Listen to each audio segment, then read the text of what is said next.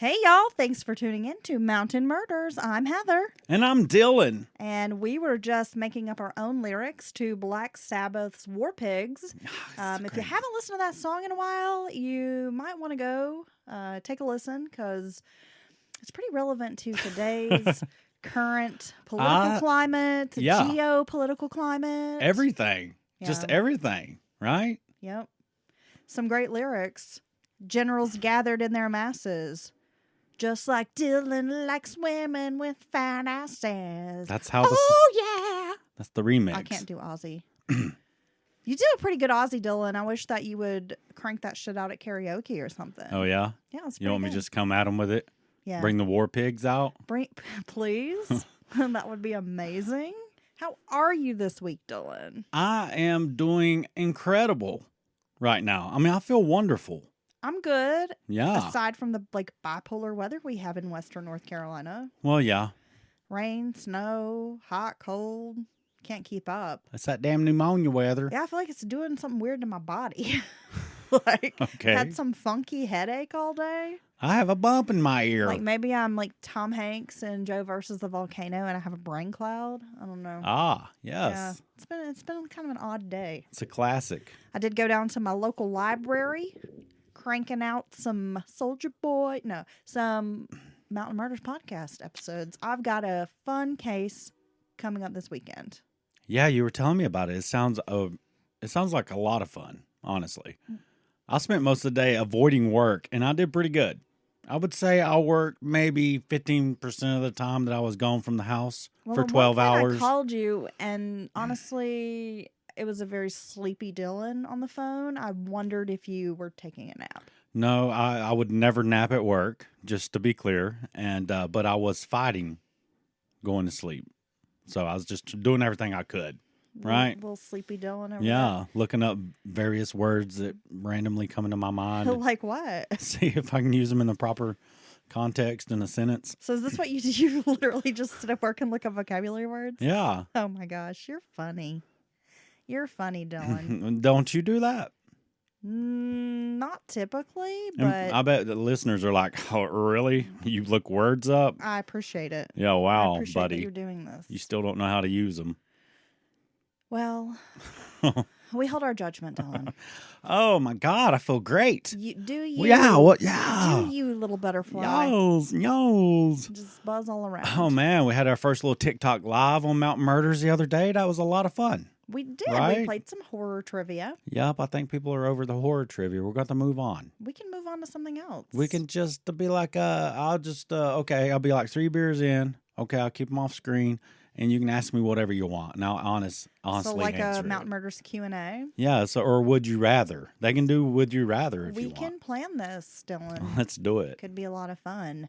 I have gathered some true crime news for this week's episode. Are you ready to get into it? Yes, without saying one of my patented catchphrases, let's get started. Let's get it started. You had to retire, drag it across my face. Please and thank you. You're welcome. Yeah. I mean, I was tired of dragging it across your face. Well, that's a lie. Okay. The exuberance every single time, I don't believe it. The body language told me everything I needed to know. Yeah. Lego, Heather. Y'all have to live with this guy. Well, I'm just saying. Well, I'm pointing out 24/7. Pointing out that I'm not going to say it anymore. I'm not going to say drag it across my face. He does not come with an off button. There is no remote to turn him down. No, but I fall asleep quickly, so that's good for you. Yeah, I'm always like, oh, let's go to bed early. Yeah. I'm like, God damn, I need a break. Because when I lay down horizontally. It's like having a toddler. I'm like, please, early bedtime. Like when I lay down horizontally, my fat puts me in a rear naked choke, and I just go out just like that. Don't I, baby? Yes, you do. Isn't it cute? Yeah. Okay. It's awesome. And then I get up and have a good time without you. I got like UFC fat. What's UFC fat? It put me in a rear naked choke, cut off my oxygen. Good night. You act like I know anything about UFC. Tap out. I don't. All right. No, for real. Care. For real. Let's go. Okay. So this week in true crime news, got a few true crime cases for us to talk about.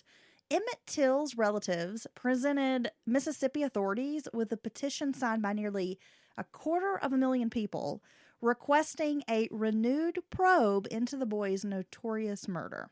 Wow. Relatives of Emmitt Till joined supporters on Friday, asking authorities to reverse their decision that closed an investigation of the teenager's lynching. Now, if you're familiar with Emmitt Till, then you know the story. If not, he was a black teenager lynched in 1955. And instead, they want to prosecute a white woman at the center of the case from the very beginning. Authorities have known for decades that Carolyn Bryant Donham, who's now in her 80s, living in North Carolina, Dylan, played a key role in Till's slaying, and they need to act immediately to bring her to justice before time runs out, according to Deborah Watts, who is a cousin of Emmitt Till. She says, quote, "Time is not on our side." Now, Watts lives in Minnesota and heads the Emmitt Till Legacy Foundation. And she said this during a news conference that included a saxophone serenade of a civil rights anthem at the Mississippi Capitol. Relatives presented authorities with this petition, again signed by 250,000 people. Well, that's a lot of people. Asking for this renewed probe in this killing, which came to demonstrate the depth of racial hatred in the South to the world. Other petitions are circulating, kind of relative to the same issue. The chief of staff for Mississippi Attorney General Lynn Finch, a woman named Michelle Williams, cast doubt on the possibility of a renewed investigation. She said the Justice Department had worked with a local district attorney's office in a re-examination that ended in December. And she's like, this was a tragic and horrible crime, but the FBI, which has a far greater, resources than our office, has investigated this matter twice and determined there is nothing more to prosecute. Well, I agree. What happened to him was horrible and wrong in so many ways on a multiple parties' behalf, right? I mean, everyone who met. So So the deal is... Okay, so is this basically like your stereotypical back in the day? Is this a Rosewood situation? I'll give you a rundown here. Okay. So Emmitt Till was a 14-year-old from Chicago who was visiting this town, Money, Mississippi, where Carolyn Bryant worked at a family store. She accused him of whistling at her. Okay. And, made it sound like it was almost like basically alluding that it was like sexual assault or something. And this poor boy was abducted, tortured, and killed. Yeah. And so let's be honest, back then, whistling was enough in certain parts of the country. And so she came out later and said that he didn't whistle at her? Well, federal officials reopened the investigation after a 2017 book quoted Donham as saying that she lied when she said Till accosted her. Relatives have denied this and said she never recanted her allegations, and then she told the FBI she had never changed her story. Okay, let's say devil's advocate, he did whistle at her and came on her very strong, grabbed her by the arm or whatever. Sexual assault's not okay. Coming at a woman. I know he didn't do this. Okay. What I'm saying is the reaction by the other people will still weigh, come on. Are you kidding me? You rape, or you torture, kill, all this horrible stuff over this, not downplaying sexual assault. But here's another problem. From a true crime perspective, let's say they did reopen the investigation. What are the charges going to be? Because we're talking decades ago, and the statute of limitations on most anything but murder run out. So that's an issue. Now, if they were to come so far and investigate it and find some kind of new evidence and say, well, this is what we think happened, this is our theory, but we can't charge them because, the statute of limitations, the written word of the law, would that still benefit the family, you think?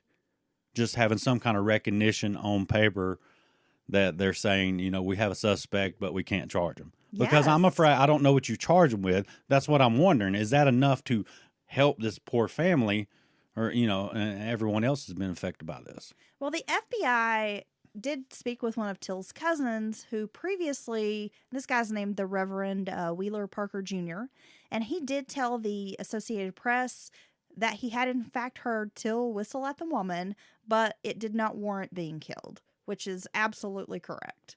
Yeah, I guess that's what I was saying in a weird way. I know he Right. didn't do anything like attack her or anything like that. I feel very fairly certain of that.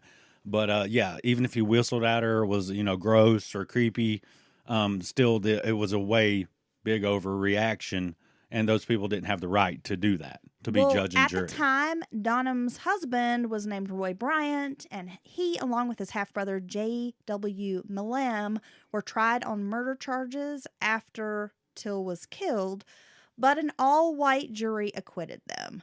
Then months later, they confessed in a paid interview with Look magazine. Well, see, that's where you go with it. I mean, they should. I don't know if they're alive, right? But that's the people that killed him, and I guess she caused it. You can say, but I honestly don't know what law you would apply to her, because she right. I mean, if that's the problem. She had lied, then you could get her for like perjury or if she lied. Justice. Well, yeah, you maybe could something in that realm. Okay, you could get perjury if she testified in court. But I mean, you're right, Dylan. There's probably not a whole lot that could be done. The Justice Department did find that Bryant and Milam were involved, but they were not the only people who played a role in Till's killing. They say it could have been a half a dozen to more than 14 people involved in this torture and lynching of this poor child. So this was a full-on lynch mob. Yeah. Right. Which is horrible. And everyone involved in that should they're assholes. They're big shitbirds, and they should have died way back then, because that's just I don't know, it's inhuman. You know what I mean? To be able to do this to someone is just I've never understood the mindset to where you could even harm people like this, let alone over something as dumb as whatever color they are. You know what I mean? But this didn't only happen to him. How many countless young men this probably happened to during and before this time? Oh, many. And possibly right after. We know it happened to many. Well, Congress finally approved legislation that would, for the first time in history of the U.S., make lynching a federal hate crime. And they sent the bill on to President Biden. I mean, this is years in the making. How is lynching not a hate crime? This anti-lynching act is among some 200 bills that have been introduced over a century. A whole century, they have tried to introduce 200 bills that would ban lynching in the United States. And our elected leaders, our government, our politicians have shot it down every fucking time. Now, for those out there who are like, we don't have race issues in this country, that speaks volumes. That until now, it's not been considered a hate crime, a federal hate crime, to lynch someone. Well, and it's not like we just now thought of the term hate crime or that situation. That's been a hot button, discussion for years and years. So no one ever went through hey, we should probably, this example of hate crimes that happen over and over and over and over in our history, we should have that on the books as being illegal and an official hate crime. If anything else, if it was never used again, it should be on the books. You see what I'm saying? Yeah. When you got all these different hate crimes and all for all these different groups, which is great, they need to be there, but you don't have the official hate crime that happened so many hundreds of times in this country on the books as illegal. Well, it's a slap in the face. It is totally. The fact that these men were acquitted and found not guilty of this crime blows my fucking mind. Well, you know what it was. And they likely, there's no charge for this woman, but my hope is that this old bitch lives every day of her life feeling shame and guilt because she should. Maybe she does. But, that's not any kind of consolation for anyone of the family or anything. But maybe it haunts her to this day. Well, I hope it does. Maybe it's been a burden. I hope it eats her old ass up. I hope every night when she closes her eyes, she sees that poor boy's face. Yeah, and I just don't even understand what her motivation would be. So not that anything would justify it, but it's just is it something dumb like she smiled at him and he didn't smile back and she was offended or something? Who knows? But it's nothing worth what happened to this poor young man. No. So, oh my God. Yeah, I mean, it's a very upsetting story. And, I just think she had to perpetuate some idea that it was worse than just a whistle. I mean, I know people are right, but I feel like she played her part. Yeah, I think that's the part that kind of gets left out of maybe the telling of that story. That, it's a full on situation. Like she said, way more happened to get.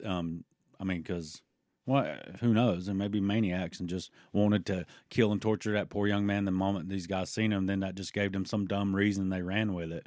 But it doesn't really matter because what they did was inhumane, and I hope they all should have suffered. And they had a sympathetic jury. Let's not be surprised why they got off. They had a sympathetic jury, other people around them that thought the way they did towards the black people. And that's why it was obvious.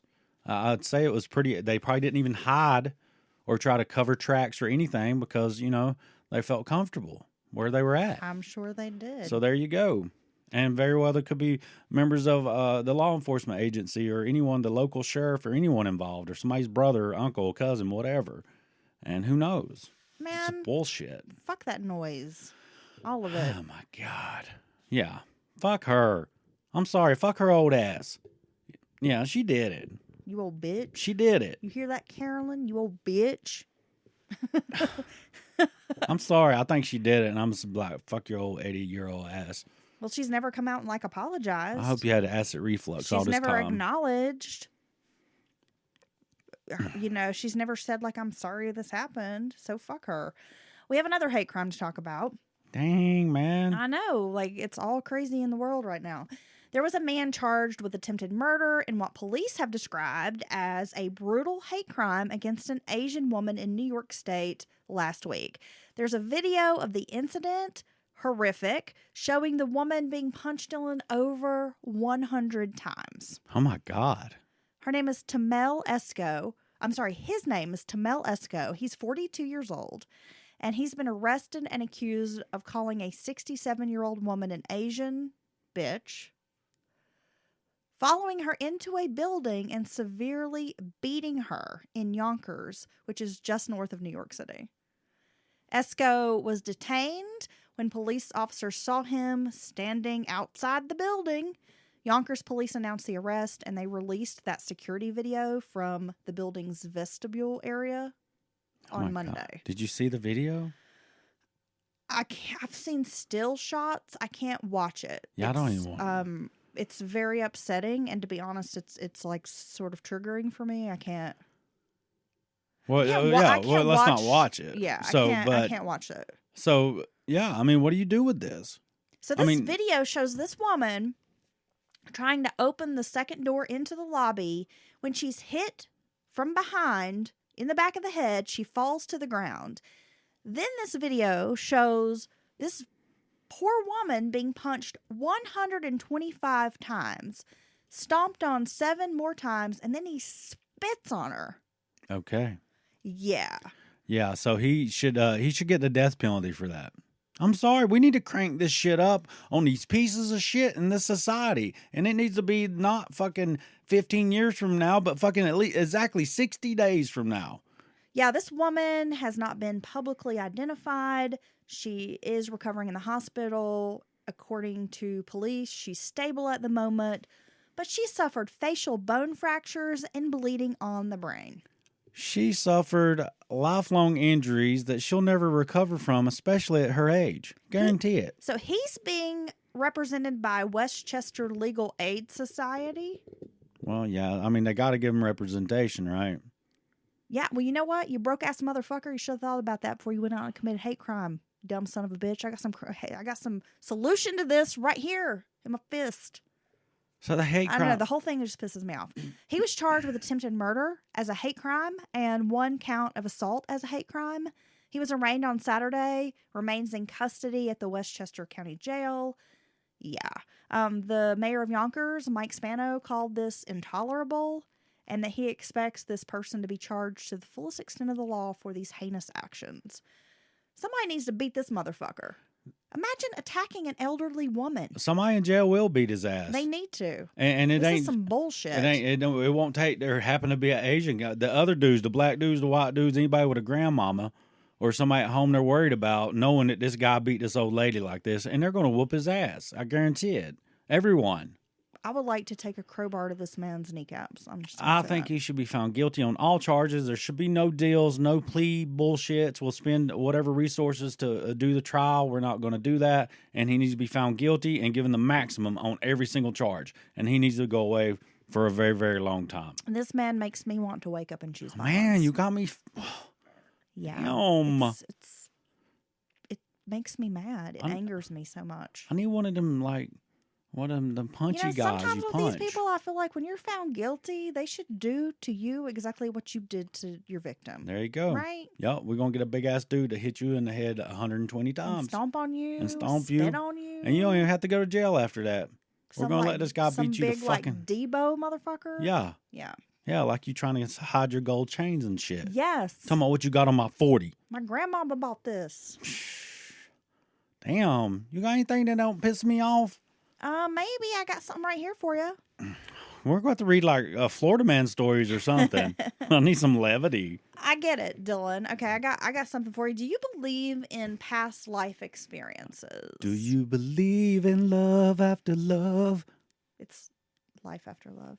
No, Do you believe in love after love? Life after love? That literally doesn't make any sense. Is Dylan. that how the Cher song? And you're fucking butchering a Cher song, and now I'm gonna choose violence against you. Do you believe in life after love? I'm pretty sure it don't say that. I'm pretty sure it does. Don't worry about it right now. Because you are wrong. Let's go. What was the question? I said, do you believe in reincarnation? That's interesting. I was actually thinking about that today because I was listening to a man who kind of believes that, and me and you've discussed this before. We suspect possibly that when you meet your soulmate, right, it's because you have met up time and again in be different lifetimes. Do you believe in love after love? It's just like I said. I see it there. It says life after love. Get it moving. You fucking stupid. You don't know anything about Cher songs you listen to all the time. You argue with me all the time. So, yeah, why not? I guess. I mean, I'm not like, building my life around that really. So I might get fucked when I get reincarnated. I might come back as like a dill hole or something. What's a dill hole? I don't know, but do you want to be one? Oh my God, are you going to come back as a glory hole? Oh, like God. A dirty truck stop? Ew. That's what you deserve. Okay, anyway. Damn. All right, Dylan. Enough. A guy from the British Isles, the United Kingdom, I'll get it out. Okay, over there across the UK, across the pond, claims that he was hypnotized, like had a hypnosis session, and it triggered these vivid memories of a past life where he was an airplane photographer and a gunner during World War I. Okay. This man was born in 1969 in Manchester. His name is Steve Mulligan, but he has these very clear memories of growing up in Llandudno, Wales, in the very beginning of the 21st century. And he says his name was Sidney Sutcliffe, and he died at 24 years old after his plane was shot down on the Western Front during World War I. Now, he always had these strange memories that played out kind of in black and white, where he would be looking up, like, he would be looking down, like he was high in the sky and looking down on, Okay, so like a viewpoint from a plane. On the world, so yeah. He's in the plane. But he was like, it never really made sense to me. Then he went in for this hypnosis session, and while he was there, he started remembering his past life. Okay. Now, what do you think about that? I think it's pretty interesting. So, do you think, let's say there is reincarnation. Do you think this explains some of the feelings people have? What about when you have some might call it an irrational fear, but like a very strong fear of heights, water, any of those kinds of fears? You think it's because at some point you died because of that? Say you drowned or you fell off something? I think anything is possible. I find moments of deja vu to be very strange. When you meet somebody and it feels like you've known them forever and you just have It's this natural really strange, connection to that person. Yeah, baby. That makes you feel like maybe you knew them at some other point in life. That's how it felt when I met you, and I'm not even trying to get brownie points here. It was No, very I mean, natural. we've discussed this. Our first when date we was met, 4 or 5 hours. we were just like old friends catching up. I mean, Right. I'm pretty sure people around us thought we were like a couple that had been together probably some years because we just totally felt comfortable with each other. Yup. It's always felt like that, It's true. right? Yeah. And, a lot of people will be like, oh, relationships are so hard and you have to put in all this work and, oh, marriage is tough. And I've never felt like that with you. I mean, there are times when you drive me crazy, for sure. But I've never felt like we really have to work, Dylan, to make this marriage happen, Like, it's always just kind of like been a natural thing where we kind of just go with the flow. And I've never felt like I have to put in so much work to make this relationship happen. Yeah, and I think you can be into someone, because I have felt kind of like that in different relationship. So I think you can be into each other in a different degree, or say maybe you are at first like, oh, this person's pretty cool, but then like becomes where you don't really like being around that person. And therefore that's when you start leading kind of dual lives and you're both busy going in different directions instead of wanting to hang out and do stuff together all the time. Yeah, so you know what I think deja vu is? I think is maybe possibly your brain seeing snippets of what's going to happen. You think so? Maybe with like your sixth sense or something. Okay. I mean, that's a good explanation. I have some intense deja vu, and they typically last anywhere from 5 to 30 seconds of like boom, boom, boom. Because see, when you dream it but don't quite remember it, like you'll be like, wow, that was a weird dream. Why was I with that person? I would never be there doing that thing with them. That's weird. Like, why did I dream that? And then some weird fucking circumstances happen that just, for boom, and then the pieces just kind of fall in place for just a second. And you're just like, well, that's why I was here, because you know the backstory now and you know the context, and you're like, I've seen this before. Yeah, so that's weird. Like, I've had that happen before with some, like, locations. Like, I will visit a place that I've never really been before, drive by, and you see an old building or something, and you've been in there. Yeah. But you're like, well, was it but you're like, I've never actually been in that place, but it's so familiar. Right. It's very odd. Yeah, so, okay. Since this is our offbeat sort of episode midweek, Dylan, I think we have time that we can dive into this a little bit if you want. Okay, so, you got reincarnation. Is it possible? I don't know. Is it not possible? I don't know the answer to that either.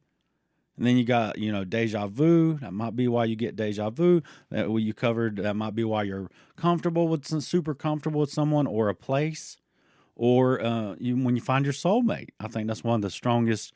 That person that's just like, wow, it's like I already knew you on the deepest level when I just met you. Right? When you fall in love at first sight. Okay, so this is something I'll share with you guys, and you may label me as like cuckoo for Cocoa Puffs, and that's fine because we all know I'm a little unstable. I have these horrific feelings about heights, right? Like, I'm very afraid of heights. And if I go to any kind of tall building, especially like a hotel, there's like a balcony or something. Mm-hmm. It gives me massive anxiety, and I have this intense fear. I guess you would call it a fear. And I've had this since childhood, that at some point I was like pushed out of like a very tall building or thrown from a building. Oh, see, no, you won't even like chill on the balcony. You're just not doing it.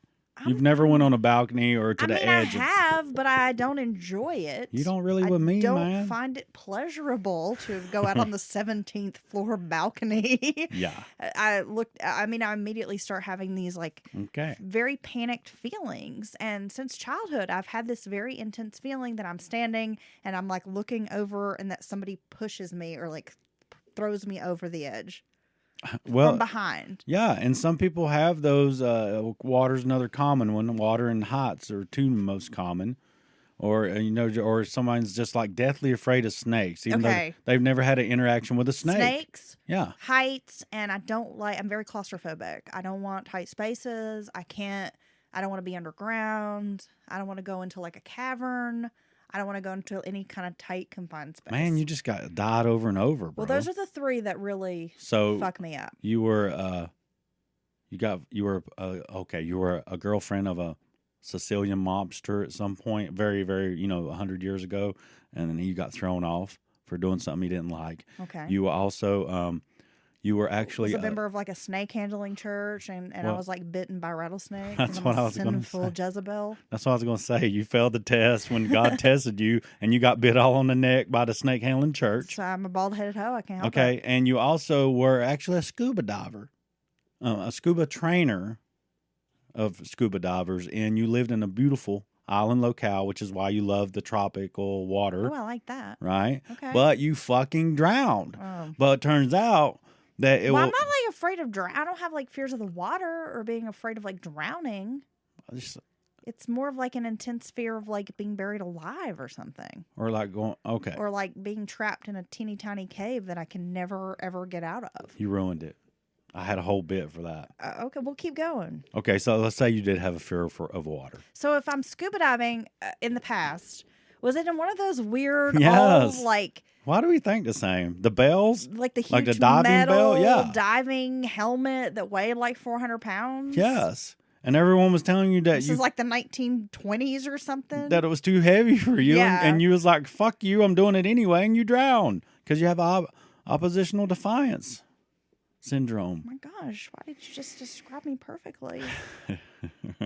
I'm not scared of nothing. I don't believe that. You know what that means? I've been a badass for like over and over again in past lives. That is not even true. I bet if you like look up historical photos and look hard enough, you'll see my big ass head right there in the background. You don't really like snakes. Snakes don't bother me. They just, if I step on one out in the wild, I'll be surprised, but I'm not going to run. You can't watch if I drew a crudely drawn picture of a snake right now, you'd be like, I don't want to look at that. A snake. A snake. Them old legless belly lizard. That's not true, Dylan. I feel like there's plenty of stuff you'd be afraid of. You ain't gonna stick your head in a damn lion's mouth. Quit trying to act like I'm a scaredy cat. Nobody's gonna do that. Shit, you're afraid of too. You ever seen when the dude stick his head in the alligator's mouth and his drip of sweat drops on the alligator's tongue and it triggers its jaws? I mean, just like that wouldn't happen if you didn't have. So in a past life, maybe you were like an alligator wrestler. You were Joe Dirt. I was Sigmund Fried and Roy. Is that right? Siegfried and Roy. Siegfried and Roy. But before they did it, you were a lion tamer. And I was more fabulous. Maybe you were a carny. I could see you being a carny, like a roustabout, like the 30s, like a Depression era roustabout. What does the roustabout do? You know, like puts up a tent. Oh, okay. So I'm swinging the hammer and shit. Yeah, like the big guy. What the fuck? I knew I wasn't doing something. Just like smoking and drinking liquor, probably sneaking around, looking in the cooch tent. Got some like bathroom gin. Like the burly girls up there showing their hoo-haws, and Dylan's like smoking and drinking, and then he's like, I gotta take this tent down. Hurry up. Cover them hoo-haws up. Exactly. Okay. Quit blowing off their tops, ladies. I gotta take this tent down in about 10 minutes. I couldn't even be a barker at least. I gotta be a roustabout. Yeah. It's those big shoulders. All right. That's what I imagine, like one of your past lives. Okay. So now, I'll just warn everyone. And I think I was just a scuba diver. We've been talking about multiple podcasts. We're doing multiples now. And so right now, Batshit Crazy and our midweek Mountain Murders episodes, it's bleeding together. It's coming out and a little bit. And this is parallel, the veil getting too thin between the parallel dimensions theory. But no, it's actually another explanation for deja vu, soulmates, all these things we just described, the irrational fear of dying a certain way or the uneasy feeling you get when you go to a certain location. Am I going to do it? Am I going to just drop it on them like that? Drop it. Drop it like it's hot. Out here in public. Yeah, just drop it. Like you're just twerking. You're dropping it, Dylan. Yeah. About to split your pants. You're dropping it. I'm incredibly flexible and agile, right? For a big guy. You've seen it. You move pretty good for a big guy. Yeah, when they thought I was about half lit and at the campfire at my friend's house and I slid in the mud and I come back up like damn James Brown or some shit. Yeah, you did. It was like watching Electric Boogaloo 2. Everyone was in that saw Yeah. that was impressed. It was like, here comes Dylan. Just like pops right up. Here it goes. Okay. Simulation theory. What is simulation theory? Some people may ask. We're in the Matrix. We're in a version of the Matrix. This is some computer program being run over and over and over and over again. So these are why you have these moments of, hey, this seems familiar, or that person, that consciousness. And okay, so, another question people always ask. Here's my question. Who's running the simulation? Well, who knows? Maybe it's the creator. The Illuminati? Yeah. Well, no. Okay. So before we even go, we'll do a whole simulation theory on batshit crazy. I'm not going to get totally crazy out here in public. But why would they run the simulation is a good question that most people ask. Why? Who goes through this? Because there's something that's unable to be replicated, and that's the human consciousness. And for whatever they use it for, computing power, who knows, your body for energy, who fucking knows, they can't replicate the human consciousness. The aliens. And so they the have reptilians. Yeah, okay. Look, I'm not that's it. Okay, simulation theory. That's why you got soulmates. That's why you look at your wife or your husband right now. And that's why y'all love each other so much. Don't look at your kids. You got to love them because the law will come get you if you don't. No, fuck them kids. Look at each other. Just kidding. Look at each other. What and if say, they're "I love married you." couple? What if they fucking don't like each other? I know a lot of couples that don't like each other. My parents, they hated each other. Okay, look. No, okay, right quick. We'll move on. But if you have earbuds in right now and you're just listening to this and your partner's not listening to you and you really hate that motherfucker, just look at him and just glare at him right now. Do it. And don't Let's say have a moment anything. of glare. I'm going to glare at you. Yeah, I'll be like the former I can't glare at you. You're too cute. the former Prime Minister of England, Tony Blair. He got you cute little face. Oh, my God. My daughter did not know who Tony Blair was. These kids don't know who anybody is. And if any of our kids are listening right now, you're cool because you're listening to Mountain Murders. So we'll give you a pass. Okay, but then again, I'm just going to put this out there. Learn something. Please go read a book. Okay, are we going to end on that? or you got something else? Let's just keep it going. I have some other things we can discuss, No, Dylan. let's go. If you want to give the listeners a lengthy episode. I'm feeling good right now, and if we haven't lost them yet, they're not going to turn it off. Well, this week, Arizona authorities announced the identity of a 4-year-old that was known as Little Miss Nobody. She was found in the Arizona desert. Her burned remains nearly 62 years ago. My God. This 4-year-old has been identified as Sharon Lee Gallegos. She was reported missing on July 21st of 1960. Newspaper accounts at that time reported that she was snatched by strangers while she was playing with her cousins outside her grandmother's house in Alamo Gordo, New Mexico. Witnesses said a man, a woman, and a child with freckles drove up, so like a freckle-faced kid. I mean, I guess if they're saying that, it must have been very prominent freckles, right? Drove up to the kids. They were driving a 1950s sedan in a dark green color. Sharon refused the woman's offer of clothes and candy. So these people are offering them, hey, you want some candy, some free clothes, whatever. The little girl was like, nope. And this bitch snatched this little girl, put her in the car, and drove away. So that's she's reported missing. She's snatched from right there in front of everybody, basically. From her damn grandmama's house. And so she's gone. But then, at some other point, these remains are discovered in the desert. 10 days later, in Yavapai County, Arizona, 500 miles to the west of where she was taken. They find her burned remains. She's been unidentified this entire time.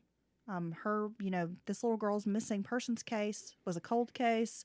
These remains, they, hadn't identified those, but they have finally been able to identify this child. So she was murdered by these people. I bet I know the technique that they used. familia DNA through like ancestry registries and such? We'll get to that. So this little girl, they described her as being like very happy-go-lucky, kind of feisty. She really loved playing with her cousins.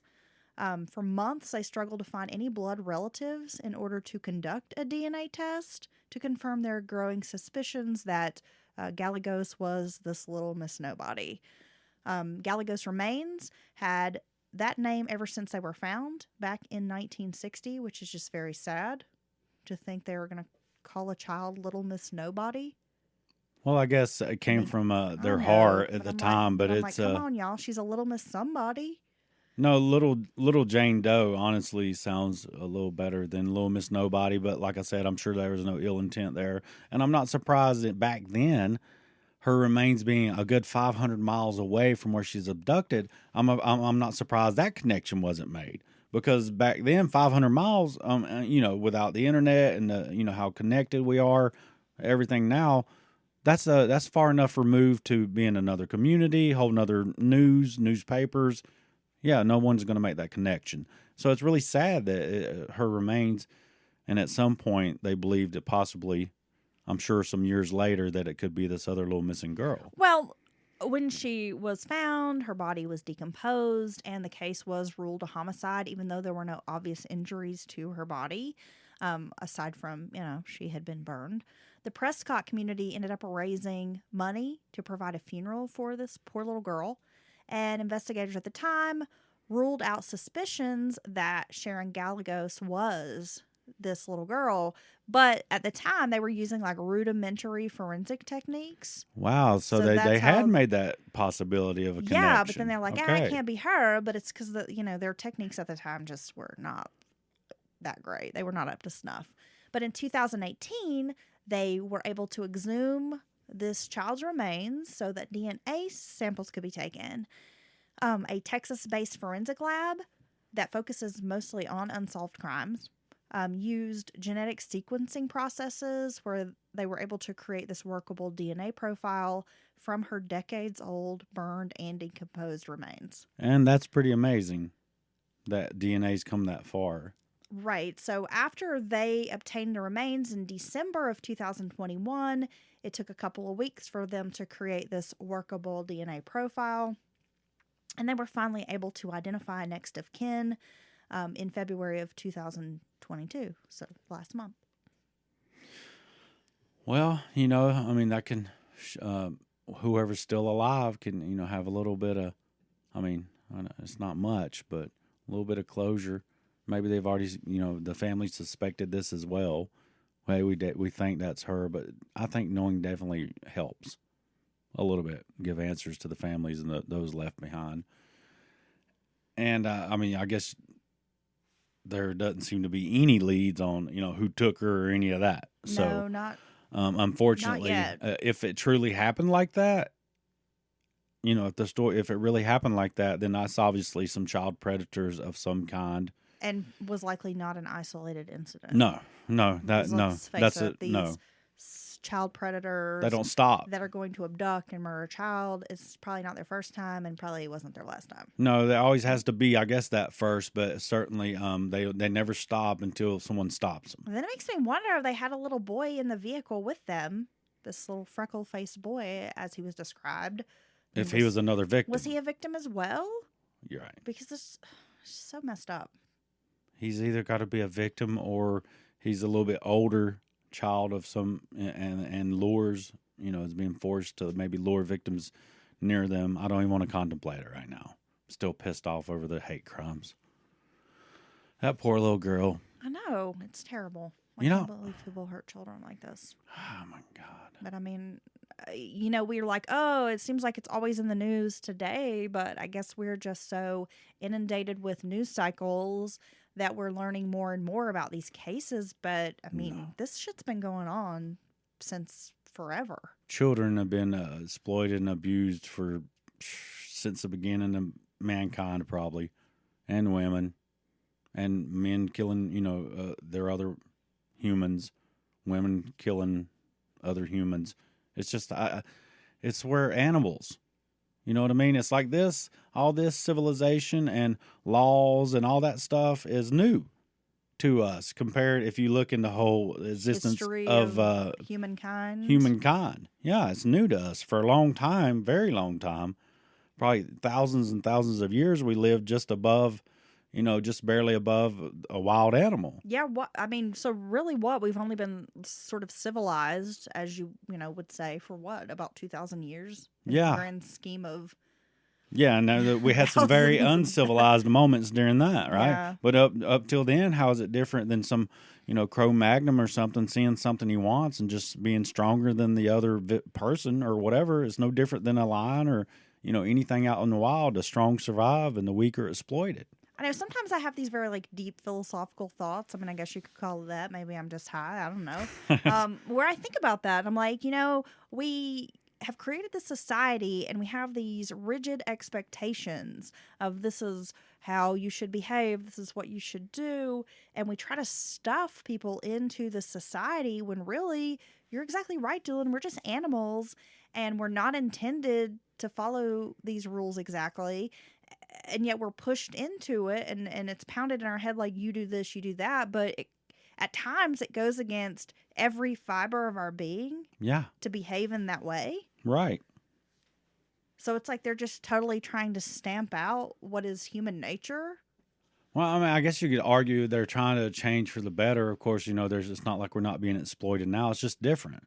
Instead of the guy who lives at the campfire next to me trying to smash my head in and take my little bit of stuff or my, my family, it's the fucking government, exploiting entire nations of people to get what they want and funnel money to the top.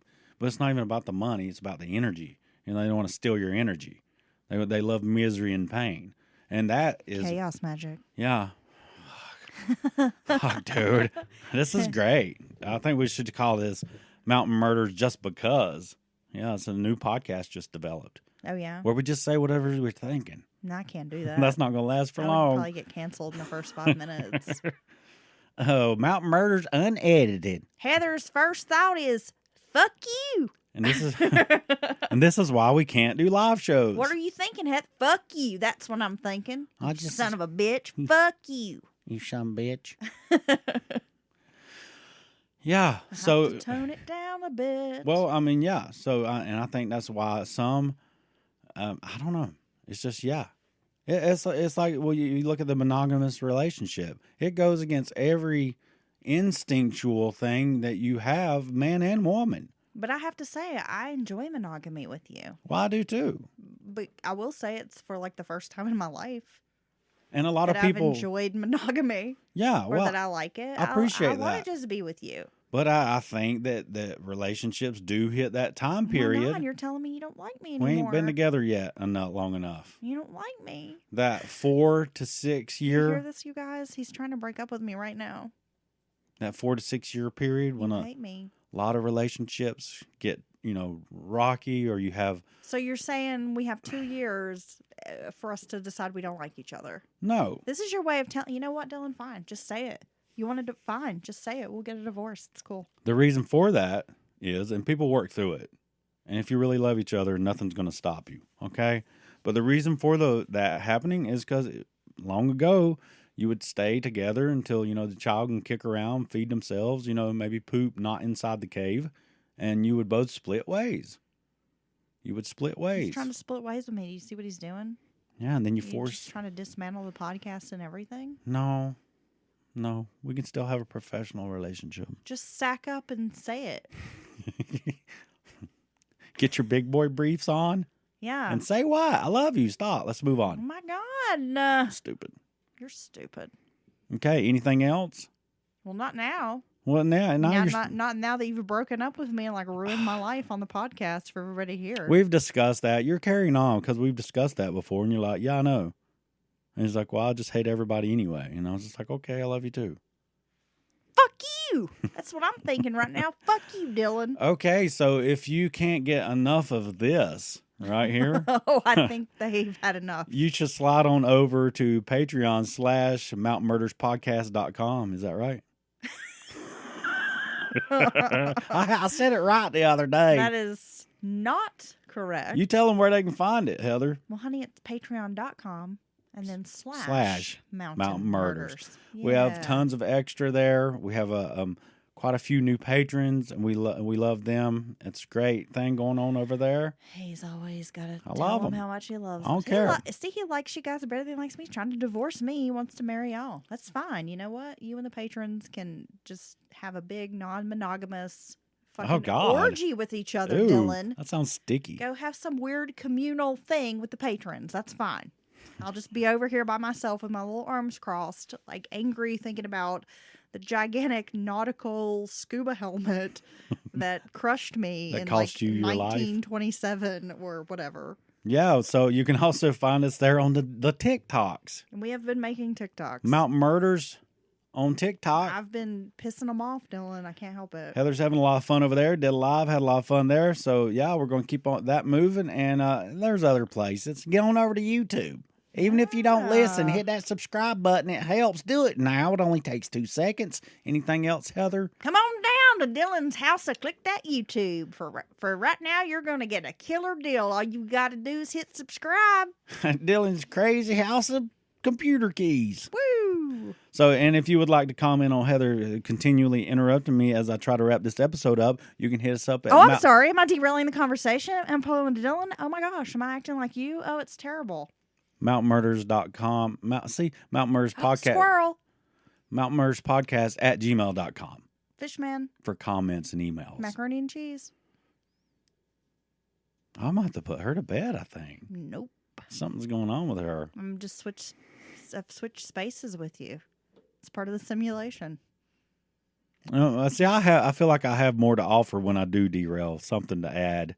And you're just kind of doing it without a lot of fluff. There's not fluffy enough.